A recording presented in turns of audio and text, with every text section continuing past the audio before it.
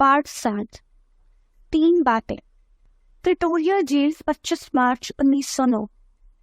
प्रिय पुत्र मणि, सदा प्रसन्न रहो।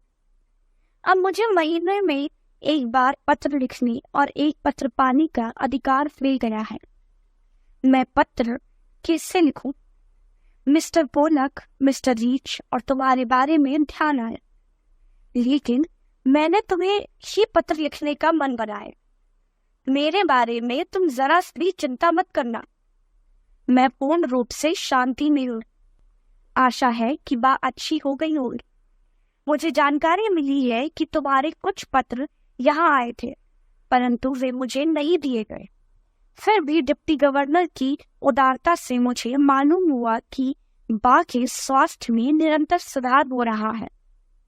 क्या वे अब फिर से चलने फिरने लगती है?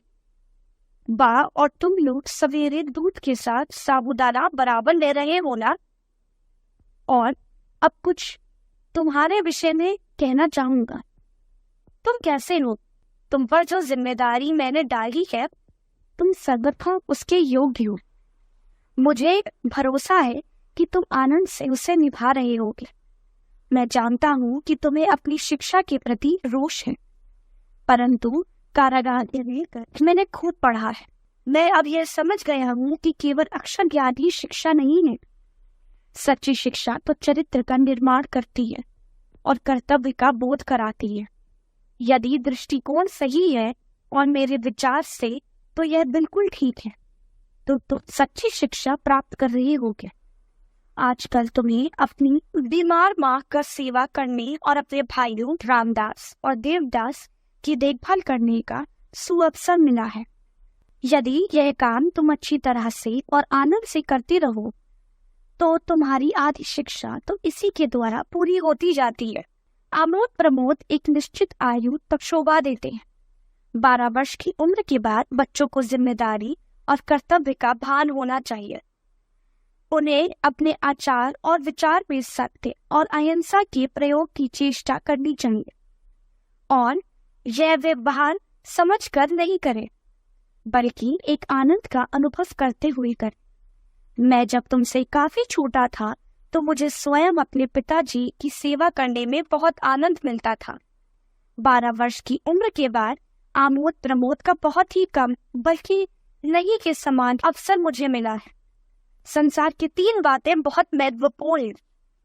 यदि तुम इन्हें प्राप्त कर लोगे तो संसार के किसी भी कोने में निर्वाह कर सकोगे। ये 3 बातें हैं: अपनी आत्मा का, अपने आप का और ईश्वर का सच्चा ज्ञान प्राप्त करना। इसका अर्थ यह नहीं कि तुम्हें अक्षर ज्ञान नहीं मिलेगा, वह तो मिलेगा ही, लेकिन तुम उसी की चिंता करो, यह मैं नहीं चाहता।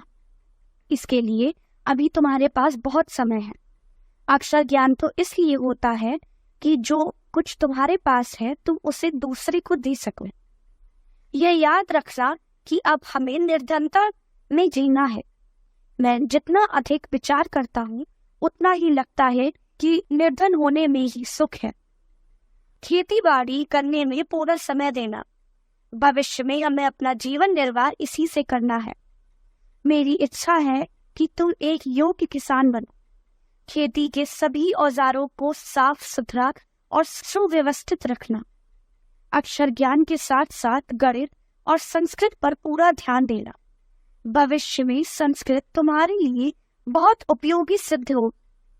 ये दोनों विषय बड़ी उम्र में सीखने में मुश्किल होते हैं। हाँ, संगति में भी बराबर रुचि रखना। हिंदी, गुजराती और अंग्रेजी में चुने गए भजनों और कविताओं का एक संग्रह तैयार करना। वर्ष के अंत में यह संग्रह तुम्हारे लिए मूल्यवान साबित हो। काम की अधिकता से मनुष्य को घबराना नहीं चाहिए, ना ही यह सोचना चाहिए कि यह काम कैसे होगा या पहले क्या करूं। शांत चित्त से विचार पूर्वक तुमने यदि कभी सद्गुणों को प्राप्त करने की चेष्टा की तो वे तुम्हारे लिए बहुत उपयोगी और मूल्यवान साबित होंगे। मुझे यह आशा है कि घर के लिए तुम जो भी खर्च करते होगे उसका हिसाब रखते हो। मुझे यह भी आशा है कि तुम प्रतिदिन शाम को नियम पूर्वक प्रार्थना करती होगी और रविवार को मिस्टर वेस्ट के यहाँ प्रार्थना में भी नियम से जाते होगे। हमें सूर्योदय से पहले उठकर प्रार्थना करनी चाहिए। ये बातें तुम्हारे जीवन में आगे चलकर बहुत सहायक सिद्ध होंगी। इस पत्र को पढ़कर और अच्छी तरह समझ लेने के बाद ही मुझे जवाब देना।